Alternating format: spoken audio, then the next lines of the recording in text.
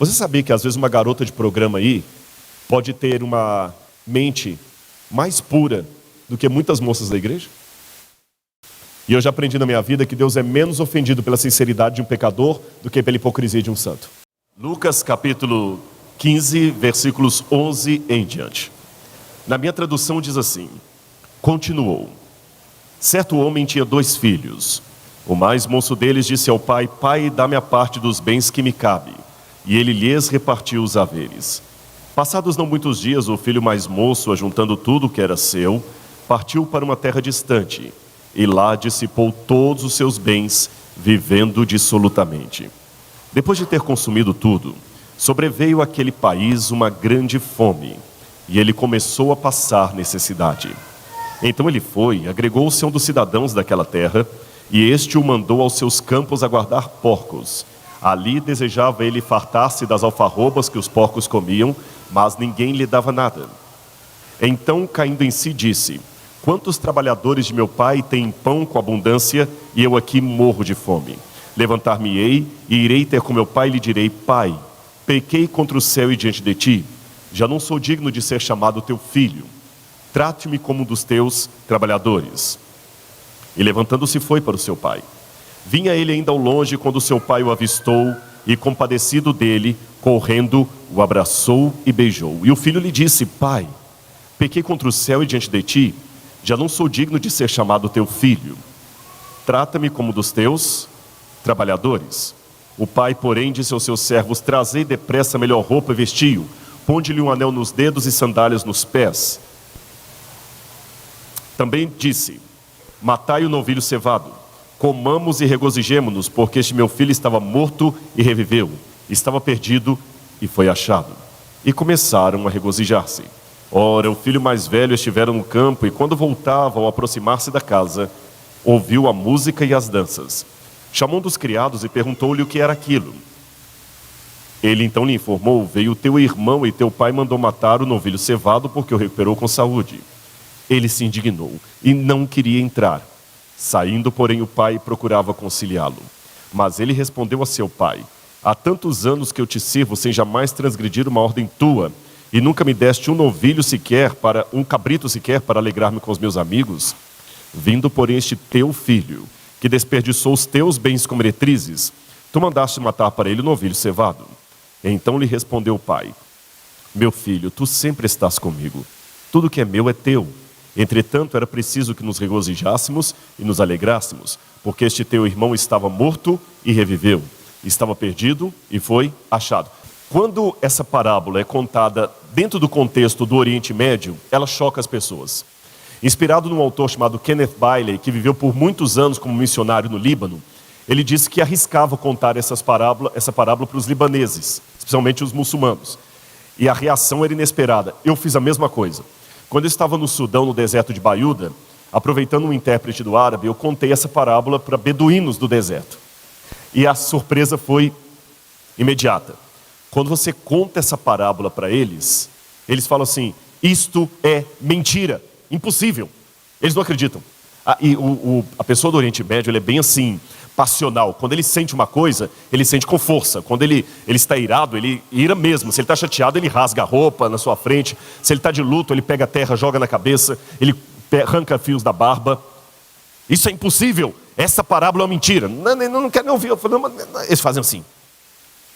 E eu insisti: por que essa parábola é uma mentira? Porque um jovem não teria coragem de se dirigir assim ao pai. O pai é a figura central da família. Ninguém levanta a voz contra o seu pai. Ninguém desrespeita o seu pai. Ele tem que respeitar. E depois do pai, a figura mais séria é o filho mais velho. É o primogênito. Então o rapaz não ia se dirigir assim ao seu pai. E eu insisti com a pergunta: mas tá, e se algum rapaz da sua aldeia falasse assim com o pai? O que aconteceria com ele? Eles me disseram: o pai dele bateria nele na mesma hora. E o expulsaria de casa. E ele seria expulso da aldeia. E possivelmente o conselho dos anciãos se reuniria e apedrejaria esse rapaz, segundo a lei, segundo o Alcorão. Eu falei: mas por que é tão sério assim a ofensa? Depois eu entendi. A mesma explicação que deram para Kenneth Bailey. Na lei do Oriente Médio, não tem como você dar herança para a pessoa com ela em vida, com você em vida. A herança só é dada depois que você morre. Em outras palavras, se o filho chega para o pai e fala: pai, dá-me a parte dos bens que me cabe, ele está pedindo: pai, eu quero que você morra. Imagina o seu filho chegando para você e falando assim: eu quero sua morte. Tem ofensa maior? Eu quero que você morra, meu pai. Então a ofensa do filho foi grave. Agora, quando eu conto essa parábola aqui no Ocidente também, ela parece estranha. Vamos raciocinar agora com categorias ocidentais e modernas. Imagine um homem que tem uma certa propriedade, uma empresa, e ele tem 2 filhos. 2 filhos. Um filho trabalha na empresa, já está fazendo administração, porque ele sabe que quando o pai aposentar ou morrer, ele vai tocar o negócio da família. Trabalhador, todo dia ele está ali mais cedo, sai mais tarde. Se você vai no escritório, lá no escritório, a luz do computador dele está acesa, que ele está trabalhando lá. Ele se preocupa com o mercado de trabalho, em abrir filiais. O que o pai precisa, ele está cuidando ali. O outro filho mais moço só gosta de balada, festa. Começou 2 ou 3 faculdades e não levou até o final. O pai gastou dinheiro à toa. De madrugada o pai recebe um telefonema. Está lá o filho na delegacia preso porque foi apanhado numa lei seca. Estava bebendo, dirigindo embriagado, alcoolizado. Bateu o carro. Já teve problema com a namorada. Vive a noite toda embalada, chegando em casa de madrugada bêbado, com sintomas de vício em álcool e drogas. Não vale nada aquele rapaz. Bem o contrário do irmão. Um dia esse mesmo rapaz, que fica desse jeito assim, chega para o pai e fala: pai, eu quero ir embora, eu já constituí um advogado, eu sou emancipado, o senhor pode me dar parte da minha herança agora, eu quero curtir a vida enquanto eu estou jovem. E o pai cai na besteira de vender parte da empresa, transformar em dinheiro e entregar para aquele filho. Eu sei que os pais que estão aqui falam assim: esse homem é um louco, é um pai, como é que se diria? Sem moral. Não é isso? Que adula o menino cego. Não é assim que parece? Pior, esse menino sai de casa, torra o dinheiro da empresa embalada, festa, como diz ali, um monte de amigo bebendo com ele, paga para todo mundo. Daqui a pouquinho começa a acabar o dinheiro, e vai acabando o dinheiro, e vai acabando o dinheiro. Ele do hotel que ele ficava chique, ele começa a morar numa pensão, depois na sarjeta, volta para a empresa depois com a cara mais lambida do mundo e fala: pai, olha, eu pequei, dá uma chance aí. E o pai: ô filhão, vem cá. E o que é pior, na parábola, quando o pai coloca um anel nos dedos e sandália nos pés, não é daquele tipo que a gente imagina assim: tira essa roupa suja, vai lá, compra uma roupa limpa para ele, vamos tirar essa roupa suja. Lembra que José do Egito ganhou do pai o quê? Que os irmãos até tentaram matá-lo?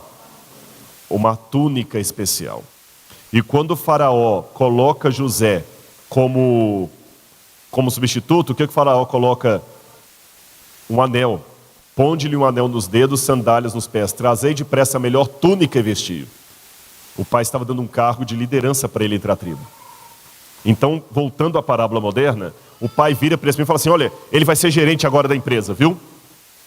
Se você fosse o irmão mais velho, você ficaria indignado? Sim ou não? Você que está assistindo de casa, você ficaria indignado? Eu ficaria, claro. Olhando por esse ponto de vista assim, desculpe, eu estou com o irmão mais velho e não abro. Não quero causar uma polêmica na igreja, mas o irmão mais velho tem todo sentido de ficar revoltado. O outro acabou com a empresa, acabou com tudo. E o pai: e outra, pai, eu estou aqui trabalhando, o senhor nunca no meu aniversário me deu nem um carro. Agora chega esse teu filho aí. Olhando por essa ótica, a parábola parece ridícula. Escândalo para os do Oriente Médio, escândalo para os ocidentais. Mas eu não acredito que Jesus contava nenhuma história ridícula. Aquilo na parábola de Jesus que parece estranho, tem um motivo. Muito mais profundo do que nós imaginamos. Vamos tentar descobrir na Bíblia qual é? E tem mais um detalhe antes de continuarmos. A parábola parece que não tem fim. A história termina num suspense. Qual suspense? O pai, na porta, insistindo com o irmão mais velho para entrar. Qual a pergunta que você faz? Ele entrou ou não entrou? Ele aceitou reconciliar com seu irmão ou continuou na porta? Por que essa parábola não tem um final? Parece que está faltando um pedaço na Bíblia, não parece? Vamos então agora analisar o texto. Por isso que eu pedi que vocês ficarem com a Bíblia e o celular acessado aí. Qual a primeira palavra que aparece nessa parábola de Jesus? Eu posso pegar isso aqui um pouquinho? Posso? Qual a primeira palavra que aparece? Eu não ouvi ainda. Você que está em casa, qual a primeira palavra? Continuou. Aqui está a parábola do filho pródigo. Mas a primeira palavra que inicia essa parábola é a palavra, repitam, continuou. Ora, se eu chego aqui, ou você que está chegando agora na igreja, chegando à igreja, e me ouve falar assim, continuou, o que você deduz? Tem algo antes que faz parte daquele contexto. E o que está imediatamente antes? Parábola de quê? Dracma perdida, ou dracma, como fala em português. A parábola da dracma perdida. Que também parece ser uma história meio esquisita, infantil. Uma mulher tinha 10 moedas. A dracma é uma moeda. Aí ela perdeu uma moeda, varreu toda a casa, até encontrar a moeda. Quando encontrou a moeda, o que ela fez? Foi feliz comemorar com as amigas. E Jesus fala, assim também haverá mais alegria no céu para um pecador que se arrepende. Um véu de casamento de uma beduína. E o véu é cheio de moedinhas. Por que isso? No dia do casamento, o pai dava para a mulher, lembrem, cultura do Oriente Médio machista, mulher não trabalhava fora, não fazia faculdade, ainda mais naqueles tempos. O pai dava para a mulher uma quantidade de moedas. Ela guardava consigo essas moedas, às vezes com uma forma de colar ou de tiara, ou no véu. Porque se o marido morre, vai para uma guerra, não volta, aquelas moedas são a garantia de vida que ela tem. Ela usa as moedas para voltar para a casa de um parente, para procurar abrigo, qualquer coisa parecida. Neste contexto, perder uma daquelas moedas, o que significava? Perder a sua salvação. O que aquela mulher passou foi semelhante ao que eu passei em Israel uma vez. Lembra a época da pochete? E dentro da minha pochete estava o meu passaporte, visto americano, passagem para os Estados Unidos, que na época a passagem era toda impressa, todo o meu dinheiro, meus documentos do Brasil, cartão de crédito, e eu perdi a pochete com tudo. Depois um rabino achou essas pochetes em Israel e me devolveu. Mas as 2 horas entre o sumiço e o achado foram de tremenda agonia. Quando a pochete me foi entregue, eu abraçava aquela pochete e falava assim, nossa, obrigado, Senhor, obrigado, obrigado, obrigado. Eu nunca abracei um objeto com tanta alegria assim. Então, para aquela mulher, ainda mais num país, perder documento, passaporte, tudo, imagina. Agora, imagina, nessa época, acho que você estava estudando na Andrews ainda, foi quando eu estava fazendo o pós-doc lá, que eu ia de Israel para lá, não tinha nem como ir para os Estados Unidos. Agora, aquela mulher perder a moeda foi como eu perder a minha pochete, por isso que ela comemorou com as amigas. Entenderam o contexto da época? Ok. Mas a parábola da dracma perdida começa com uma palavra. Qual é? Eu não ouvi ainda. Qual a palavra que começa? Ou. Conjunção alternativa. Se eu estou aqui novamente na igreja e alguém chega e me escuta falando assim, ou, o que vai deduzir? O que vai deduzir? Que tem algo antes. O pastor Tony está falando assim, pois é, irmãos, ou então nós vamos para o sítio tal lugar. Qual é a outra alternativa? Tem alguma coisa antes. O que está antes do ou? A ovelha perdida. Um pastor tinha 100 ovelhas, perdeu uma onde mesmo? Olha na sua Bíblia aí. Foi no supermercado, na feira, no shopping, no mall. Aonde? Não ouvia, só alguns que... No deserto. E ele foi buscar a ovelha que se perdeu e trouxe. Então nós temos a parábola do filho pródigo. Qual a outra? Dracma perdida. O que é dracma? Moeda. E a parábola da ovelha perdida. Agora, e novamente termina como essa aqui. Há mais júbilo diante de Deus por um pecador que se arrepende do que por 99 que não necessitam de arrependimento. Mas como começa essa parábola da ovelha perdida? Então, de novo, outra palavra que deduz um contexto. Se você chega aqui, eu falo assim, então o quê? Tinha alguma coisa antes. O contexto finalmente está no capítulo 15, versículos 1 em diante. O contexto está aqui, ó. E o contexto diz o quê? Jesus estava numa casa. Assim diz a minha Bíblia aqui, eu vou ler com vocês, capítulo 15, versículos 1 e 2. Aproximavam-se de Jesus todos os santos e espirituais para o ouvir. Não, li errado. Pecadores e publicanos. E murmuravam os fariseus e escribas dizendo, este recebe pecadores e come com eles. Todos os publicanos e pecadores. Jesus então estava comendo com publicanos e pecadores, quando lá na porta chegaram quem? Escribas e fariseus. Olha, esse homem come com pecadores e os recebe. Note que quando Jesus sempre fazia milagres, as pessoas aplaudiam. Eu pergunto, por que eles rejeitaram Jesus? Imagine que, já que eu estou em Brasília, uma capital que respira política, imagine alguém aqui que tivesse o poder de multiplicar pães e peixes para a multidão. Que tivesse um poder de argumentação e fala e retórica que todo mundo pararia para ouvir, até criança e mulher, numa época que criança e mulher eram segregados. Um homem que andava sobre as águas. Todos os partidos iam querer esse homem. Um homem sem nenhum nódulo, sem nenhum dolo. Percebem a questão? Todos os partidos iam querer Jesus. Por que então que o rejeitaram? O problema dos milagres de Jesus foi quando ele começou a curar leprosos, perdoar adúlteras, perdoar publicanos. Esses incomodavam a ala conservadora do judaísmo, porque por mais que eles evitassem essas pessoas e os segregassem, para eles era importante que eles continuassem pecadores. É um problema do legalismo. Eu odeio o pecador, mas eu quero que ele exista. Por que vocês acham? Porque em existindo o pecador, eu fico mais tranquilo com os meus defeitos, porque sempre vai ter alguém pior do que eu para eu ficar tranquilo. Quando Jesus começou a incentivar, a inserir estas pessoas na comunidade, na sociedade, Jesus se tornou persona não grata. Entendem? Quando ele começou a trazer Maria Madalena, quando ele começou a resgatar a pecadora de João 11. E, igreja, eu vou falar uma coisa que eu espero não escandalizá-los.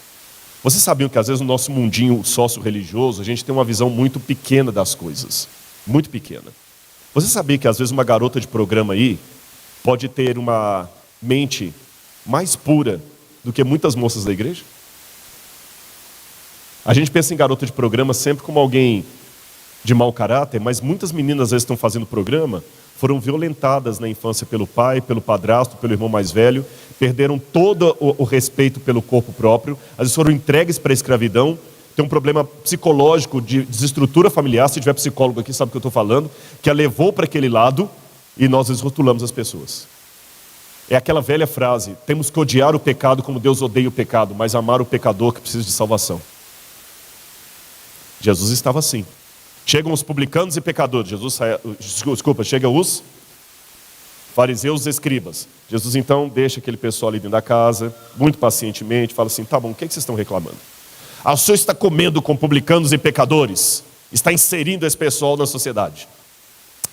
Tá bom. Posso contar 3 historinhas para vocês? Pode. Vou contar. Havia um pai que tinha 2 filhos, etc, etc. Pergunto para vocês, vamos falar da ovelha. A ovelha sabe que está perdida? Não? Sabe. Quem já teve cachorro aí? Quem já teve cachorro? Cachorro perdido sabe que está perdido ou não sabe? Ele pode não saber o caminho de volta, mas ele tem a sensação que ele está perdido. Boi, quando está perdido, o boi não fica desesperado? Até formiga. Passa o dedo ali quando elas estão em fileira para você ver, que ela perde o cheiro, elas ficam todas desesperadas. Repito a pergunta, a ovelha sabe que está perdida ou não sabe? E onde a ovelha estava perdida? No deserto. Eu tenho a realidade de alguém que sabe que está perdido e está perdido fora de casa. Alguém que sabe que está perdido e está perdido lá fora. Qual que é a outra parábola? Dracma perdida, a moeda perdida. Moeda sabe que está perdida? Moeda é moeda. A moeda estava perdida onde mesmo? Dentro de casa. Alguém que sabe que está perdido lá fora. Alguém que não sabe que está perdido e está perdido dentro. E finalmente, uma história de um pai e 2 filhos. Um perdido dentro, o outro perdido fora. Um que sabe que está perdido, o outro não. Mas como que o mais velho estava perdido? Bom, simples. Lembra que eu contei para você que o beduíno se escandalizou quando eu contei a história? Que ele, ao pedir ao pai a herança, ele pediu para que o pai morresse? Lembram disso? Lembram também que eu falei para vocês que o filho mais velho era aquele segundo mais respeitado? Ele substituiu o pai.